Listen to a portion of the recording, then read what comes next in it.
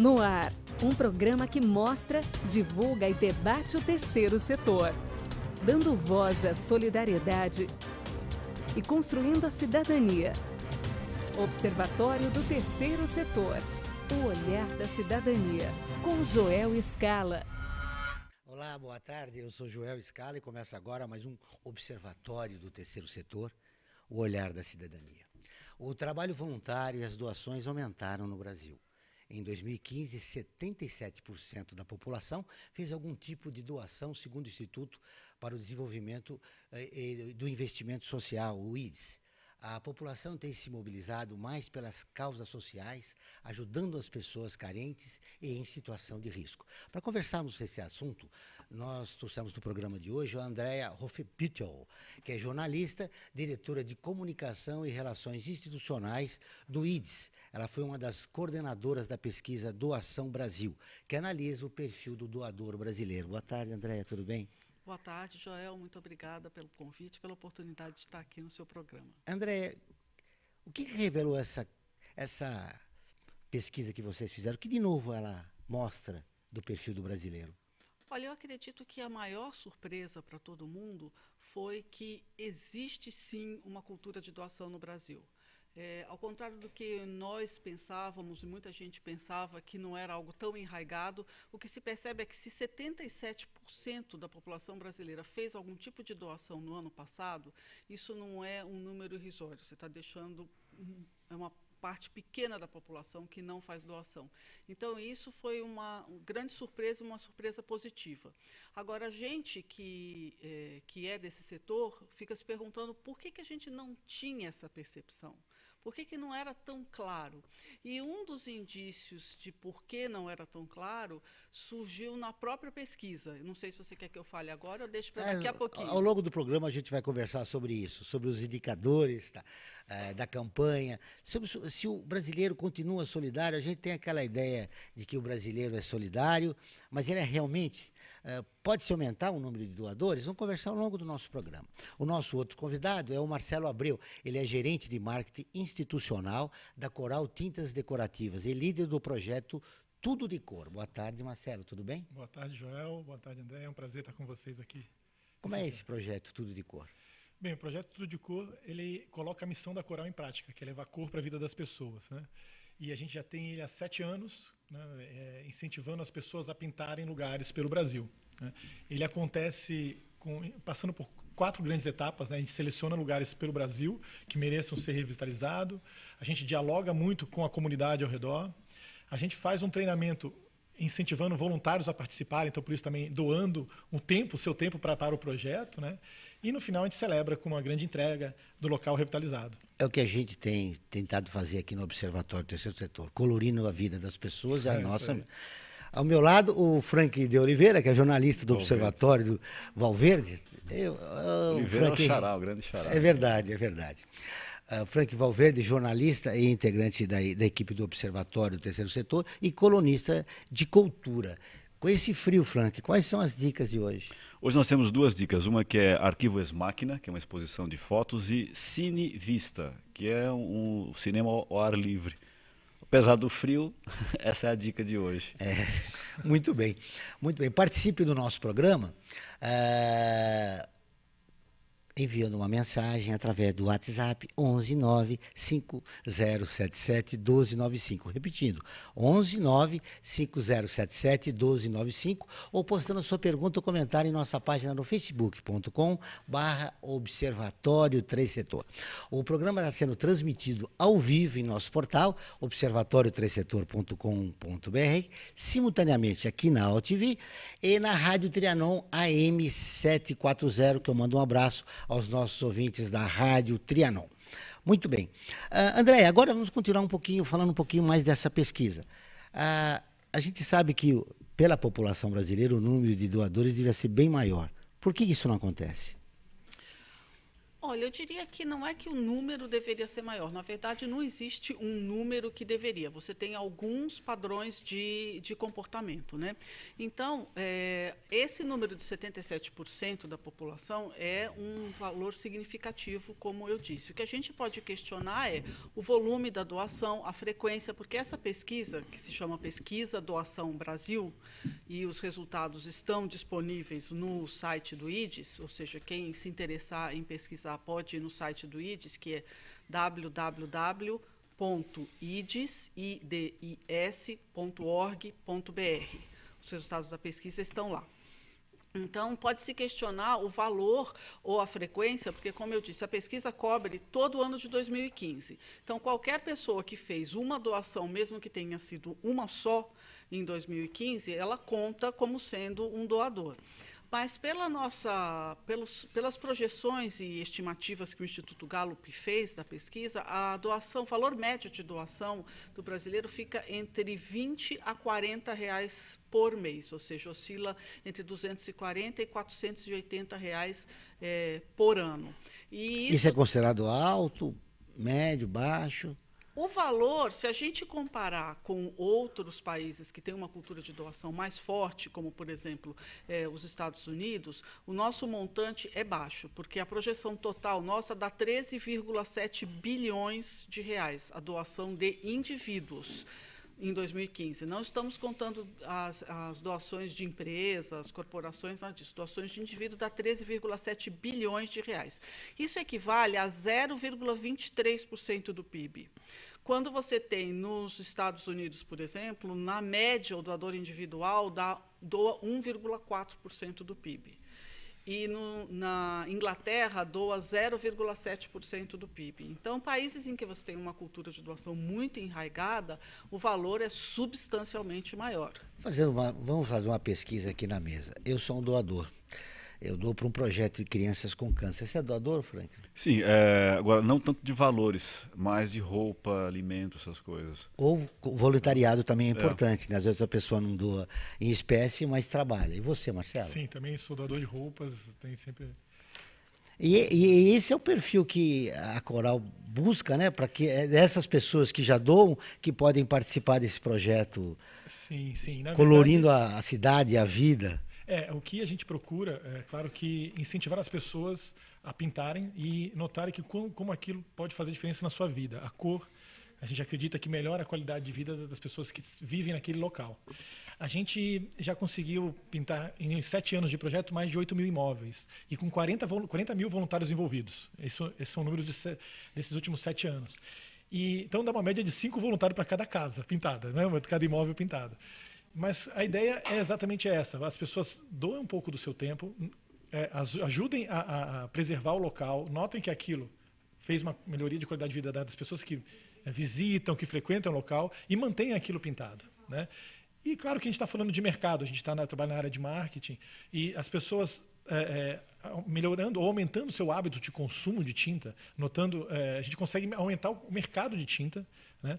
A gente sabe que no Brasil se consome cerca de 4 a 5 litros de pessoa por ano, enquanto na Europa e nos Estados Unidos é em torno de 20 litros por pessoa. Então, o hábito de consumo a gente pode mudar e melhorando aumentando até o mercado, né? Vamos mostrar um pouco do vídeo do que legal. a Coral faz enquanto a gente conversa com Muito você. bom, né? Aqui são alguns A tendência dados. de vocês é buscar mais voluntários, é crescer, o objetivo do projeto é ampliar, por exemplo, ele é desenvolvido em quantos estados? Aqui em São Paulo? O projeto é desenvolvido em todo o Brasil. Em todo o Brasil. Brasileiro. Na verdade, a gente incentiva os nossos clientes a participarem dos projetos, então as lojas de tintas são grandes incentivadores, né? Até para buscar lugares que impactam na comunidade e precisa ser revitalizado. A ideia da gente treinar pessoas, capacitar, até para formar mão de obra qualificada. A gente sabe que hoje a profissão do pintor, quantos de vocês aqui tem um pintor de confiança que fala assim, não, eu vou deixar a chave na casa daquele pintor, da mão daquele pintor, ele vai em casa lá e pinta, né? Eu já tive, agora não tenho mais. É muito difícil você encontrar, né? Então, a gente sabe que tem cada vez mais... Vamos assistir o vídeo, sim. Cara, Pode mão colocar. de obra, né? A gente sabe que a mão de obra é uma mão de obra especializada, mas para ter um serviço de qualidade, você tem que investir. Agora, você pode também incentivar as pessoas a pintarem as suas próprias casas e a trocar uma parede, botar uma parede mais colorida. As pessoas não acabam pintando internamente, mas não rebocam a casa externamente. Isso a gente vê principalmente nas classes C, D, né? E a autoestima da pessoa, depois que tem a casa pintada, ela aumenta muito. Então, a gente acredita nisso e o projeto vem disseminando isso pelo Brasil. Isso é muito interessante. Andréia, tem pessoas que não dão em espécie, a gente viu aqui, são voluntários que trabalham, né? Agora, para doar em espécie, você falou que nós não temos ainda aquele hábito cultural. Como desenvolver isso no brasileiro? Bem, essa é a pergunta de $1 milhão, né? No caso, acho que 13,7 bilhões de reais. A ideia dessa pesquisa, na verdade, é ela servir de insumo para uma campanha inicialmente era uma campanha pela cultura de doação. O IDES trabalha apoiando quem faz investimento social estratégico. Então, normalmente são grandes doadores, famílias ou institutos de empresas e tal. E há 16 anos o IDES faz isso. O que aconteceu é que, nesse período, o IDES viu a filantropia no Brasil crescer, mas muito aquém do que se esperava. Então, o IDES pensou que talvez fosse necessário dialogar não só com o topo da pirâmide, mas com a sociedade como um todo. Uma iniciativa muito interessante. Exatamente, para estimular a prática da doação, para que se entenda que as organizações sociais têm um papel relevante e elas precisam ser sustentadas pela própria sociedade civil. E quando nós pensamos em começar a desenvolver essa campanha, nós fomos procurar os dados e descobrimos que havia poucos dados, não eram de abrangência nacional, não estavam tão atualizados. Precisavam de novos indicadores para começar a trabalhar até a cultura da filantropia. A fazer essa pesquisa, que é uma pesquisa de abrangência nacional, cobre o país inteiro, e para a gente ter esses dados e para servir como uma linha de base, porque a partir de agora essa pesquisa pode passar a ser repetida, pode ser pelo IDES ou pode ser por outra organização que tenha os recursos para fazer isso, e a gente pode acompanhar a evolução da cultura de doação no país. Muito bem, agora como nós prometemos, vamos agora para o vídeo da Coral, enquanto eu converso com o Marcelo, é interessante. Simplificando é trazer cor para a vida das pessoas, mas transborda para um limite de que os sonhos são mais brilhantes, as ideias são coloridas e principalmente a autoestima começa a ter um valor diferenciado, que eles acreditam no seu potencial, na sua casa, na sua família e num futuro melhor. O principal benefício é a despoluição visual, né? Quando vem o colorido, vem a autoestima da população, isso contribui com tudo. Porque quando você tem turistas visitando, você tem gastronomia, empreendedorismo, empregabilidade, você tem diversos fatores, diversos atores atuando no mesmo espaço. Muitas pessoas vêm para cá para saber, gente, onde que é a favela mais bonita e colorida do Brasil. Tá passando na praça e fala, é aqui no Santa Marta. Eu acho que os moradores, quando eles veem um projeto como esse acontecendo na comunidade, eles se sentem um pouco abraçados, acolhidos, né? Pelo que eu vi de muitas das crianças envolvidas aqui, elas nossa, tia, tá muito bonito, não sei o que, não sei lá. Eu acredito muito nisso, que um lugar com uma cara nova, com novas cores, pode influenciar no ânimo das pessoas, né? E trazer felicidade para elas. Eu acho que a gente também aposta nisso. A gente aposta que médio e longo prazo é importante que os próprios moradores percebam que esse lugar é bonito, mas que depende muito da sua iniciativa e do seu envolvimento. Bom, a pintura, a arte e o grafite trouxeram para o Santa Marta a visão dos moradores de que pode ser feito, de acreditar em eles, em si próprios. Então as pessoas são felizes, né, por terem a sua casa tão colorida, bonita. Conto com vocês ainda para as que virão e mais essa reta final de um ano de projeto para deixar tudo de cor aqui no Santa Marta.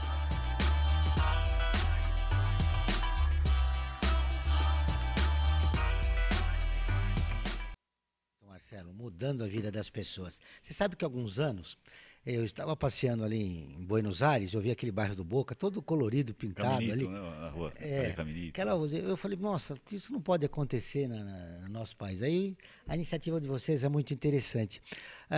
Para a comunidade que quer ter acesso a esse projeto, o que ela deve fazer? Na verdade, hoje nós temos pelo site, né, www.coral.com.br, procurar na pesquisa Tudo de Cor, que você encontra um formulário, como preenche. A gente tem que ter um critério para analisar aonde nós vamos colocar. A gente, infelizmente, não consegue estar em todos os lugares do Brasil ao mesmo tempo. Mas nós temos os critérios de relevância para aquela comunidade, né? E se tem parceiros, muitas parcerias a gente faz com ONGs. Então, o terceiro setor ele é muito importante para isso, porque tem muitos projetos que chegam através já estruturado, né, com ONGs que já tenham voluntariado como raiz, né, e facilita a execução do projeto, né. Então, hoje o site é uma grande plataforma de... Os pré-requisitos são importantes, né? População de baixa renda, com risco, né? Que vivem em condições de qualidade de vida. Isso, na verdade, assim, não necessariamente a gente só pinta favelas, né? A gente pinta também lugares de relevância para a comunidade no geral, desde museus, hospitais, escolas. Funciona como, até tem uma ONG em Minas que chama Oasis, Anima Oasis, que ela cria um oásis naquela comunidade, um oásis colorido, que a ideia é que replique para toda a comunidade, as pessoas notem que aquilo é importante e continuem pintando as suas casas até toda a comunidade estar pintada, né? Então, é o primeiro passo. O projeto chega naquela comunidade, dá joga a sementinha da cor, né? E aquilo tende a automaticamente as pessoas notarem aquilo e pintarem suas casas. Essa é a grande objetivo. É muito interessante porque nosso país hoje precisa de cor, né? Precisa. Vemos momentos sombrios, né, Andréia? Muito sombrios. Franklin, alguma pergunta? Não, o vídeo que nós vimos, né, que as pessoas estão no AltV, assistiram e ouviram o áudio pela Trianon, mostra a comunidade de Santa Marta do Rio de Janeiro. Aqui em São Paulo, o que você poderia destacar que foi no projeto Toda a Cor? Tudo de Cor, ele está atualmente com uma ação no Glicério, no Baixo Glicério, que fica bem no centro de São Paulo, né? É um local ali... Infelizmente... É uma região que precisava ter um colorido, de cor, né? ali. Você está ali do lado da Liberdade, né? Super perto da São Bento, ali na Sé, Vergueiro. E nós, junto com a ONG Cria Cidade, a gente está revitalizando 3 vilas ali dentro, né? Com o olhar das crianças. Então, as crianças que moram ali fizeram um trabalho tem um projeto que chama Criança Fala, identificaram o que seria bonito para as crianças naquela comunidade. E elas, com os pais, estão pintando aquelas vilas. São 3 vilas, né? Agora, dia 25 de junho, vai ser a segunda vila que vai ser entregue, junto com a comunidade pintando. E julho vai ser a terceira vila. Então, um bom exemplo aqui em São Paulo. Muito bem, nós vamos para o intervalo e voltamos dentro de instantes. Observatório do Terceiro Setor. O olhar da cidadania. O Observatório do Terceiro Setor é uma plataforma de mídia que desde 2012 se dedica a mostrar o trabalho das entidades de interesse social. Durante esse tempo, mais de 1 milhão de pessoas acompanharam nossa atividade na divulgação de ações e campanhas das organizações sem fins lucrativos, mostrando as boas práticas nas áreas de saúde, educação, direitos humanos, meio ambiente e cultura, e o seu impacto na sociedade brasileira. Estamos presentes no rádio, às terças e quintas, às 14 horas, na rádio Trianon AM 740. E na TV, às quartas-feiras, à meia-noite, na TV aberta de São Paulo, nos canais 9 da NET, 8 da Vivo Fibra e 186 da Vivo. E na internet, com um portal e perfis no Facebook e no Instagram. Hoje, já contamos com um acervo de mais de 15 mil minutos de gravação, com cerca de 400 personagens que fazem a diferença no terceiro setor. E atingimos mais de 40 países. Observatório do Terceiro Setor, o olhar da cidadania.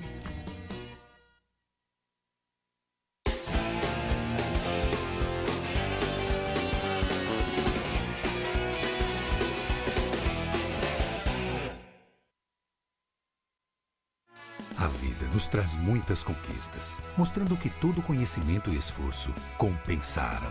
Em cada detalhe, cada emoção. Com a FIA, minhas entregas se tornaram melhores e mais ágeis. Dessa forma, conquistei mais tempo para a minha maior felicidade, ser pai. E a FIA compartilha esses sonhos com a melhor estrutura, corpo docente e networking que conduzem ao sucesso e à felicidade. FIA, sua maior conquista.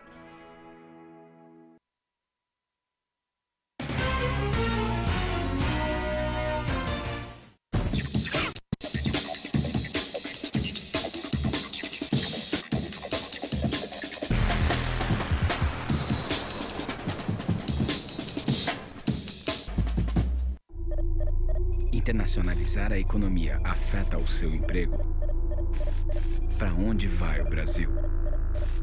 Ter opinião sem análise é só repetição, repetição, repetição, repetição, repetição, repetição, repetição, repetição, repetição. Informação é importante, análise é fundamental. Le Monde Diplomatique Brasil, independente e crítico.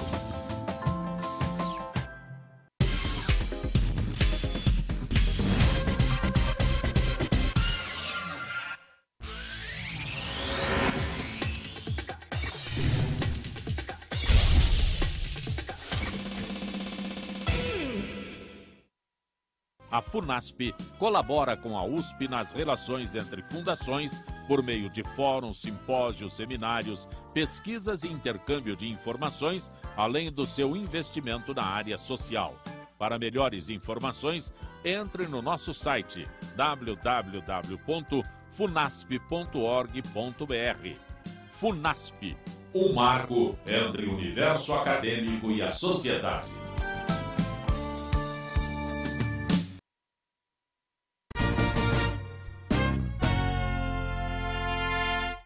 Observatório do Terceiro Setor, o olhar da cidadania.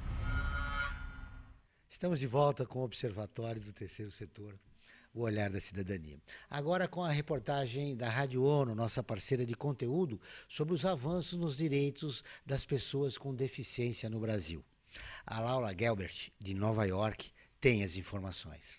O Brasil vem avançando em questões relacionadas aos direitos das pessoas com deficiência na avaliação da deputada federal Mara Gabrilli. Ela participa do encontro dos Estados parte da Convenção sobre os Direitos das Pessoas com Deficiência que acontece na sede da ONU em Nova York.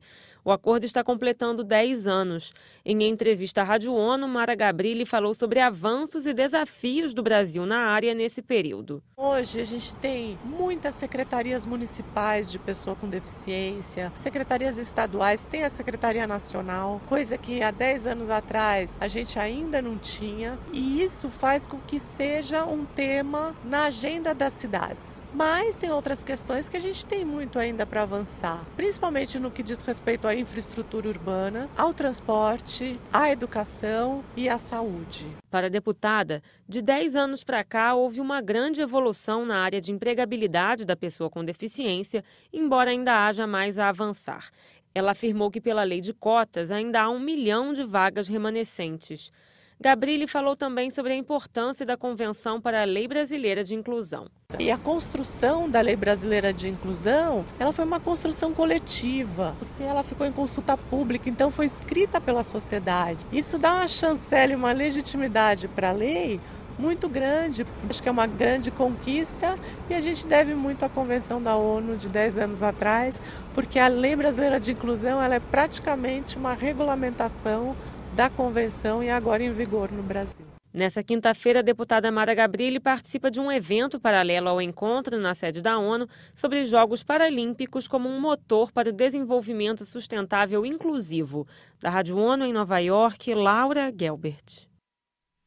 Muito bem.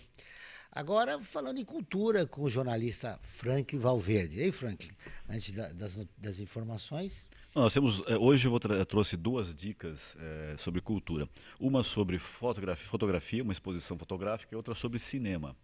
A exposição fotográfica que acontece no Itaú Cultural, aí na Avenida Paulista, é Arquivo Ex Machina, Identidade e Conflito na América Latina. Essa exposição ela foi organizada por os 2 fotógrafos, o brasileiro Yatan Canabrava e o espanhol Claudio Carreras, que eles reúnem 150 fotografias de vários autores, e são fotografias que ficaram marginalizadas durante muito tempo, esquecidas, e eles recuperaram essas fotos aí, e tem todo um trabalho, posso dizer até sociológico nessa exposição, porque mostra cenas que, de acordo com cada região, cada país que foi fotografado, um lado meio esquecido da história desses países. Dentro dos fotógrafos que foram abordados nessa exposição, a gente pode destacar o português João Pina, o equatoriano Coco Lasso e o chileno Bernardo Oyarzún. Além de outros fotógrafos, né? E mostra, né, muitos personagens, muitas pessoas da população que às vezes não tem espaço na mídia no dia a dia, né? No caso, por exemplo, das fotos do Cocolasso, né, que é um fotógrafo equatoriano. As fotos que ele trabalha mostram a tentativa do embranquecimento dos índios equatorianos através da fotografia, né? Tem também os fotógrafos brasileiros que mostram a questão da boa aparência, né? Boa aparência, como que a população negra às vezes é marginalizada pelo preconceito, como se eles não tivessem boa aparência, né? Boa aparência é uma coisa cultural, na cabeça de cada um, né?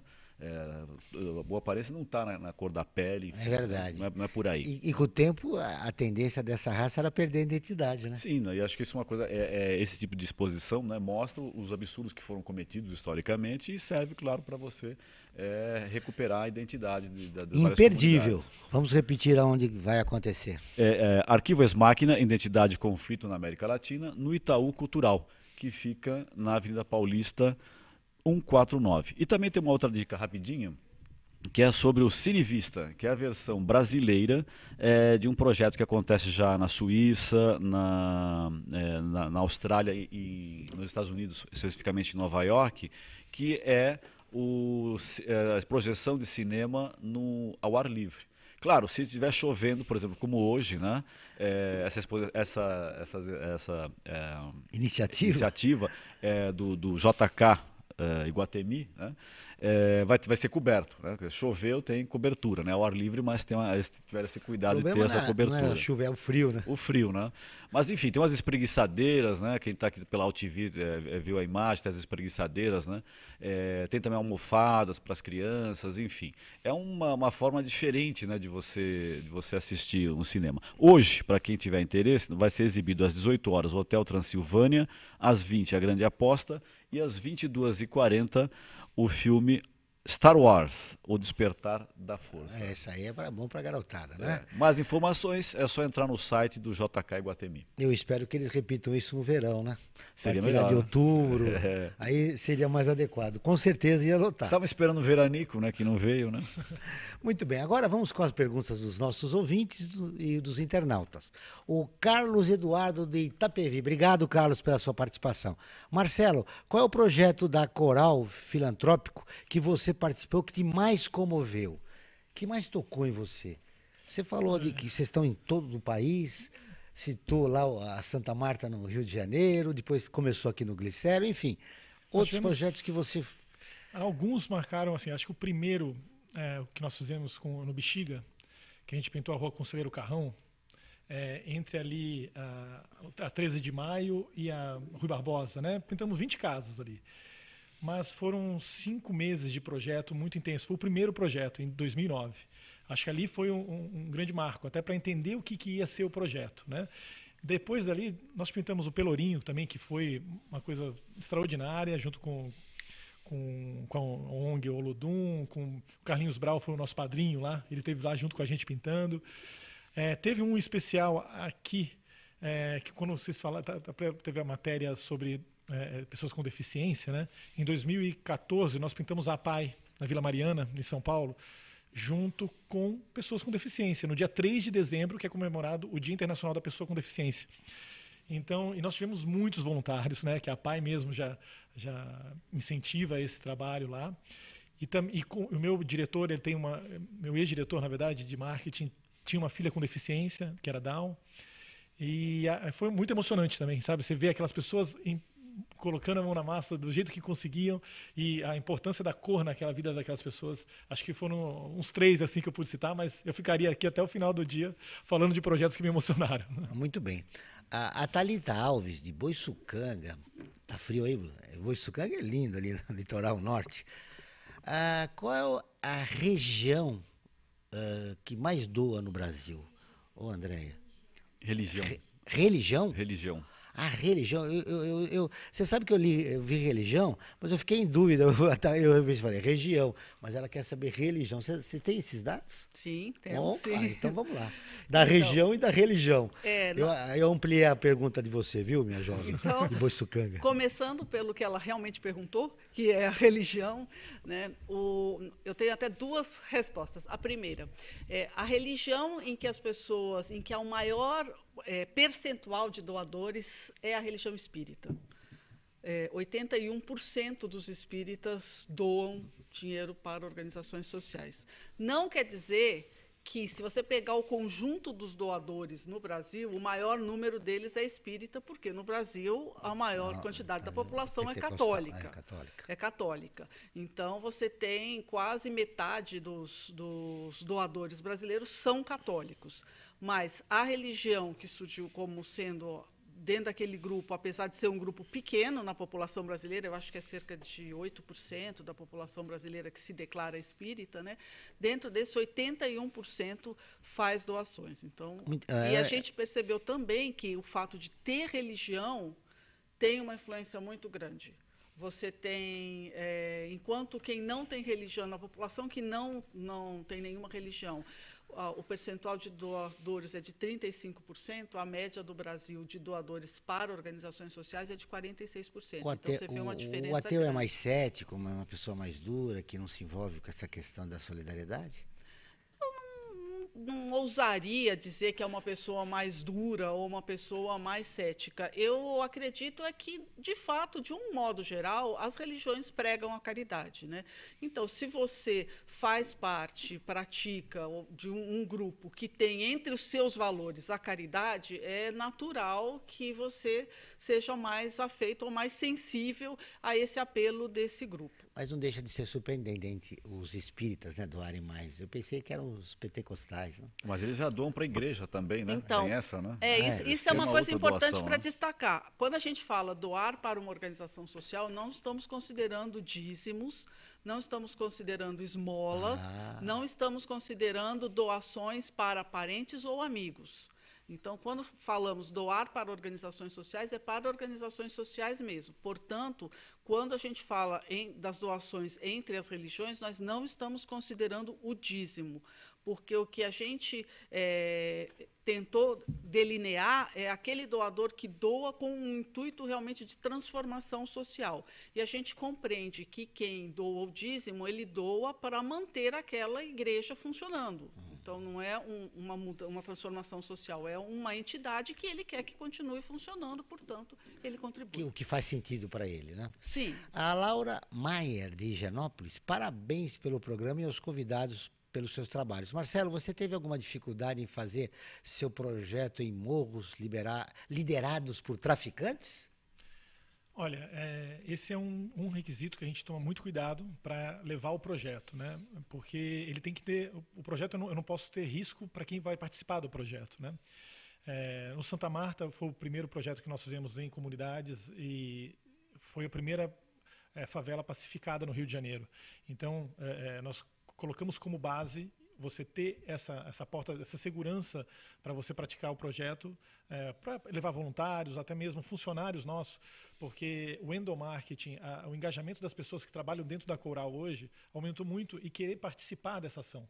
Tem um orgulho de ter uma empresa que participa com a comunidade, mas eles querem ir lá pintar, né?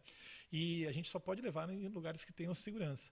Então, até hoje nós não tivemos nenhum problema, mas é por causa desse cuidado de saber quem está solicitando o projeto, né? Até por uma curiosidade, igrejas, acho que é o maior número de demanda de solicitação de projeto no Brasil. Então, a gente recebe muita solicitação de pintura de igrejas, né? A gente tem que avaliar muito bem, porque às vezes a igreja é o maior local, é o que representa aquela comunidade, né? As pessoas se concentram, doam, é o dia a dia delas, né? Muito bem. A Tabata Moura, de Itaim. Hoje, o litoral norte e sul participando do programa. Itanhaém? Itanhaém. Ah, bom, Itanhaém. Mas é litoral norte e sul, né? Itanhaém. Muito bem. A crise afetou os projetos sociais no Brasil? A crise afetou os projetos sociais? A impressão que a gente tem, quando o governo provisório entrou, falou de cortes e tal, afetou? A crise afetou muitos projetos sociais, sim. E a gente pode fazer uma análise um pouco, porque muitos projetos sociais dependem, digamos, de 3 fontes de receita. Você tem as doações corporativas, que são feitas por empresas, que reduzem automaticamente na crise, porque normalmente elas são mantidas por um percentual sobre o lucro da empresa. Então, a empresa destina para a sua área de sustentabilidade, para a sua área social, um percentual do lucro. Quando esse lucro cai, imediatamente esse percentual cai. Então, um dos problemas com a doação institucional é que ela, na crise, ela piora. Depois você tem as transferências governamentais. O governo também, né, diminui, né? O governo, desde o começo da gestão do PT, em 2002 mais ou menos, houve um crescimento muito grande das transferências de organizações para as organizações sociais até 2014. Em 2015 teve uma queda de 30%. Então, é uma queda significativa, porque o governo realmente passa muito dinheiro. E tem a questão dos doadores individuais, que, pelo que a nossa pesquisa apontou, aparentemente essa é uma discussão que, infelizmente, como a gente só tem essa pesquisa, não tem a do passado, a gente não sabe se o doador individual, no momento da crise, ele aumentou as suas doações ou ele reduziu as suas doações. Porque ele pode ter tido as duas reações, ou ter diminuído porque ele está com medo, ou ter aumentado porque ele vê que a situação piora.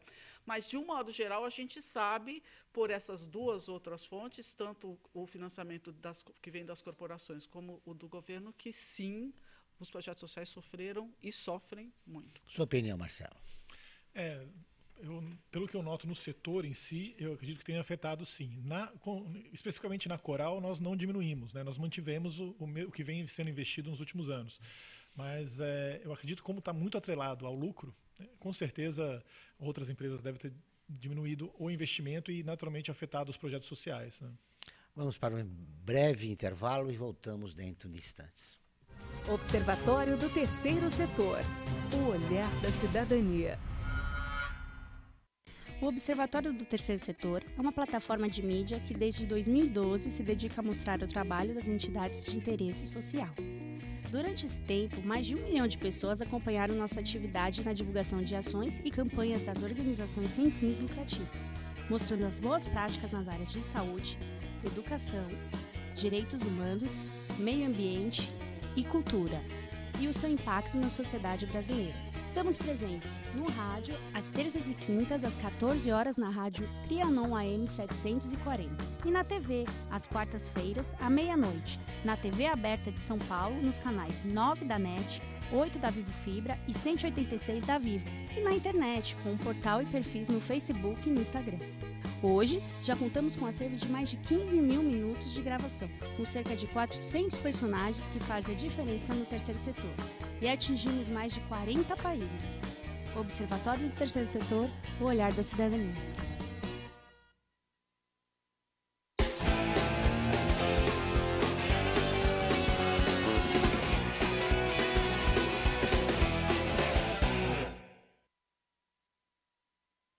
A vida nos traz muitas conquistas, mostrando que todo conhecimento e esforço compensaram. Em cada detalhe, cada emoção.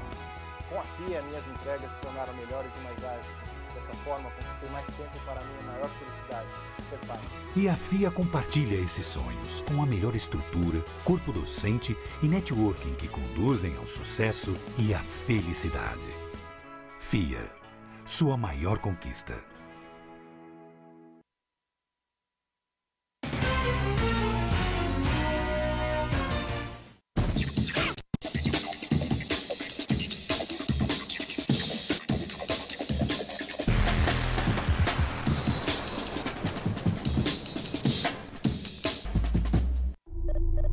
Internacionalizar a economia afeta o seu emprego? Para onde vai o Brasil? Ter opinião sem análise é só repetição, repetição, repetição, repetição, repetição, repetição, repetição, repetição, repetição. Informação é importante, análise é fundamental. Le Monde Diplomatique Brasil, independente e crítico.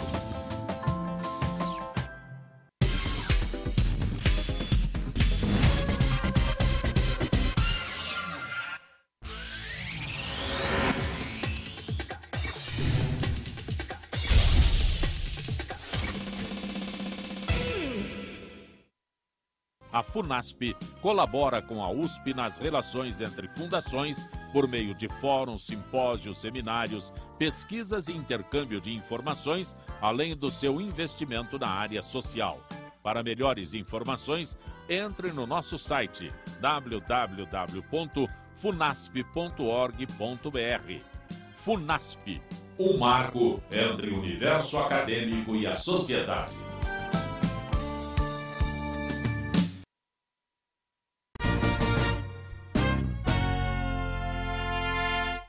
Observatório do Terceiro Setor. O olhar da cidadania. Muito bem, voltamos com o Observatório do Terceiro Setor, o olhar da cidadania, agradecendo a participação dos ouvintes e dos internautas, prometendo que no próximo programa a gente amplia aí as perguntas, o número de perguntas, chegaram muitas perguntas, e eu prometo para a jovem lá de Itanhaém não confundir mais o nome com Itaim aqui de São Paulo. Muito obrigado pela sua participação. Itanhaém, Boiçucanga, o litoral hoje participando do nosso programa. Assim, agora vamos com as notícias de hoje. A ABS está realizando uma campanha sobre resíduos sólidos. O objetivo é incentivar crianças de 7 a 12 anos a refletirem sobre o assunto através de concursos de vídeo e desenho. As inscrições já estão abertas. Muito bem. A Rede Esporte pela Mudança Social lançou um site que mostra como o esporte pode promover mudanças sociais. A rede mostra 77 instituições que usaram o esporte como fator de desenvolvimento humano. Muito bem. Para ver essas e outras notícias, acesse o portal observatório3setor.com.br ou nossa página no facebook.com/Observatório 3 Setor. No intervalo, a gente... sim, tem mais. Antes de continuar a nossa conversa com os ouvintes, vamos falar da nossa campanha Eu Me Importo. Agora, da 10ª imagem da campanha Eu Me Importo, para as vítimas com violações de direitos humanos. Os direitos humanos dizem respeito a tudo que é essencial para uma pessoa ter uma vida digna, como alimentação, habitação, liberdade e educação. A imagem é a última da campanha Eu Me Importo, que desde janeiro vem chamando a atenção para questões importantes do cotidiano, provocando as pessoas a refletirem sobre o assunto. Para participar, acesse a nossa página facebook.com/observatório3setor.com.br. Muito bem. André, já participou da nossa campanha? Não participei. Por favor, você está convidada. Desculpa. Não. E você, Marcelo? Também não. Também muito bem. Temos dois ótimos convidados que não participaram da nossa campanha, mas, embora vocês não tenham participado, ela já atingiu mais de 1,5 milhão de pessoas. Muito bem. Vamos continuar nossa conversa? O Frank deixou uma pergunta aberta. Eu tenho duas questões para fazer. Uma para André e outra para o Marcelo. Para André, eu quero te perguntar. Esse incentivo que existe, né, o que pelo menos existia, não sei se continua ainda existindo, no imposto de renda, não pode ser um fator que deveria acelerar o aumento das contribuições? Pois bem, aqui no Brasil, a política de incentivo fiscal para a doação de pessoa física, as situações feitas por pessoas físicas e indivíduos, é muito restrito e complicado. Então, enquanto você tem para as empresas uma legislação que propicia mais facilmente o acesso aos incentivos fiscais, a descontar a doação do imposto de renda, para a pessoa física é só até 6% e só se doar para algumas linhas especificadas pelo governo. Então, você tem que doar para o FUNCAD, para alguns projetos ligados a esporte ou algum projeto ligado a idosos. O resto você não desconta. Então, quem doa para os hospitais ou para qualquer organização que escolheu e tal, não desconta. Não recebe incentivo, né? Não existe isso é um problema, né? É um problema. Ou seja, a legislação não ajuda, né, a população a contribuir. E eu falando em incentivo, perguntar para o Marcelo se a Coral recebe algum incentivo de alguma lei dessas que nós temos, a Lei Rouanet, por exemplo. Na verdade, o projeto Tudo de Cor a gente não faz com lei de incentivo, a gente faz com dinheiro exatamente da verba de marketing da empresa. Então a gente destina sempre um percentual por ano, né?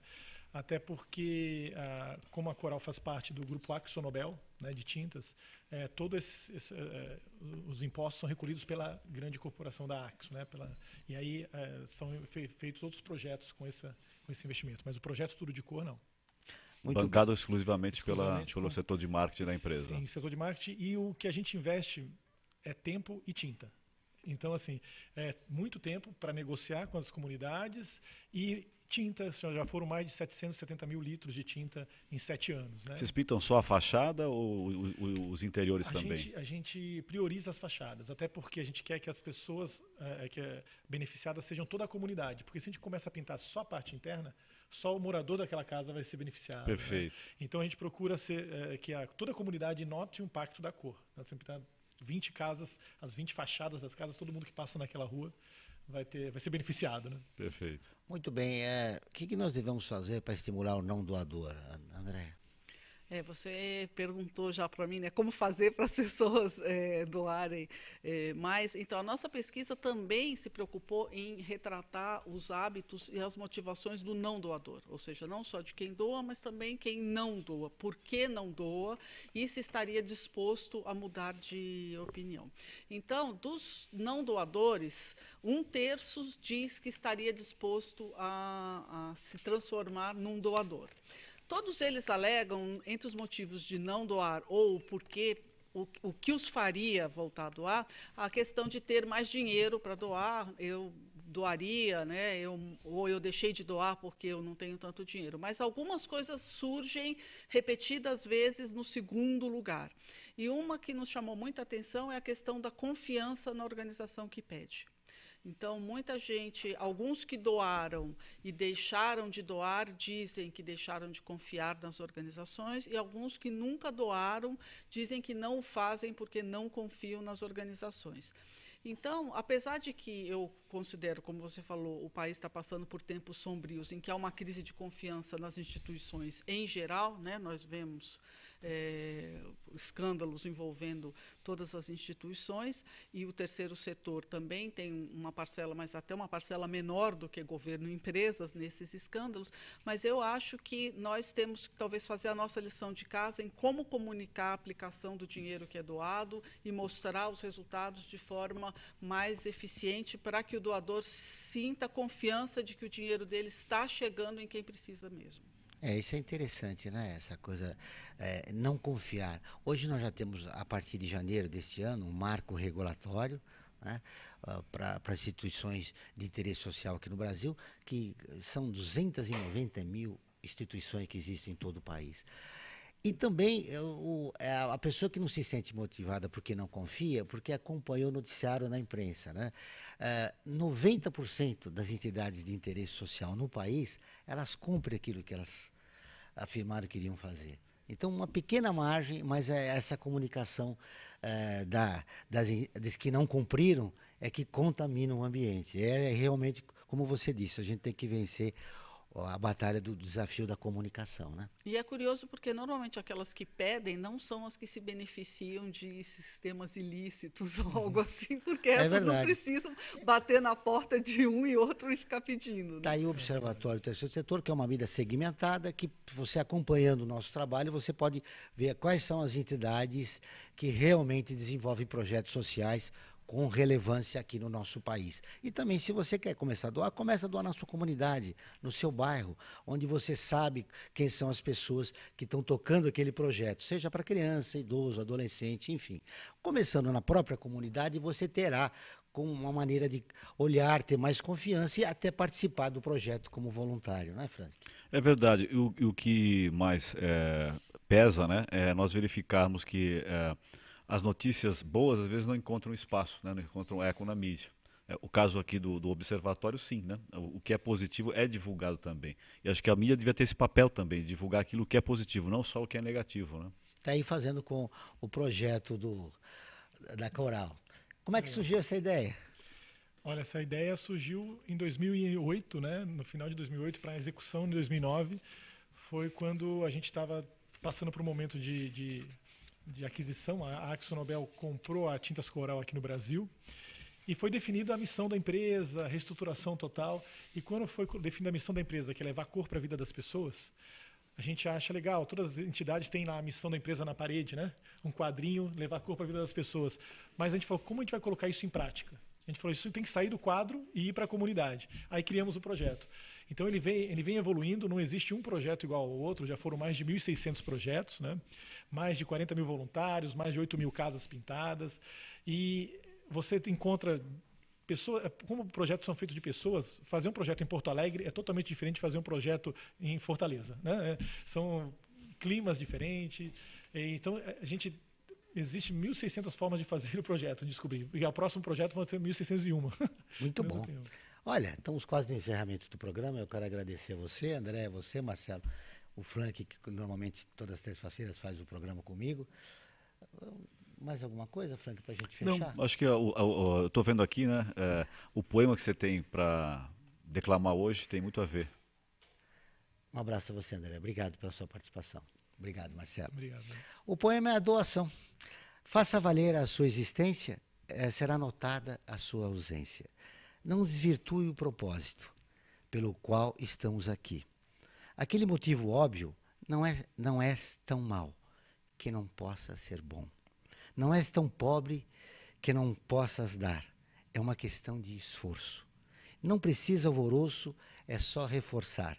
Ninguém é tão completo que não possa completar. Boa tarde, voltaremos na próxima terça-feira. Você acabou de ouvir um programa que mostra, divulga e debate o terceiro setor, dando voz à solidariedade e construindo a cidadania. Observatório do Terceiro Setor, o olhar da cidadania, com Joel Scala.